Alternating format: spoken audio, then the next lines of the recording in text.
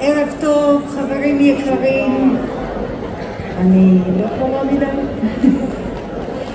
קודם כל אני רוצה להגיד לכם תודה רבה. זה לא מובן מאליו שאתם כולכם פה. ובאמת בשנה כל כך לא פשוטה. וגם לנו וגם לכם וגם לדעתי כל אחד ואחד היום בארץ. אבל כל הכבוד לכם. באמת תמחאו לעצמכם כפיים. כי אתם אנשים שבוחרים בחיים קצת הפוגה, קצת שמחה, קצת שפיות. ויאללה חברים, היום אנחנו הולכים קצת להשתחרר, ליהנות, לשמוע מוזיקה טובה, להתאחד כמו שאנחנו עושים כל שנה, כבר 20 שנה, שנה אחרי שנה. והשנה באמת זה לא היה קל. רק לפני 10 ימים המלון הזה התחילו לשפץ פה אחרי כמעט 5 חודשים של מגורים במלון.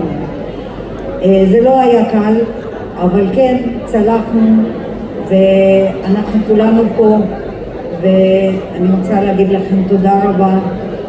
גם לוותיקים שהולכים איתנו שנה אחרי שנה, וגם לחדשים, יש פה הרבה חדשים, ואני מקווה שתצטרפו למשפחת פסטיבל צלילי יוון, כי זה מסורת, ואני מקווה שתהנו, כי יש לנו באמת ערבים קדושים, תוכניות קדושות, והכי אני רוצה להגיד תודה לצוות נירוונה, לסיוון, ללימור, למלון ליאונרדו קלאב, לכל הצוות, למנכ"ל יניב אסרף, שכל מילה שלו חקוקה בסלע, והוא באמת השתדל מאוד שהכל יהיה פה ממש מושלם.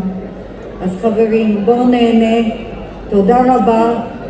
אני אמשיך לעשות תוכניות, אני אמשיך לעשות הפקות, וכן, יש לנו את יוון בקריטים, זה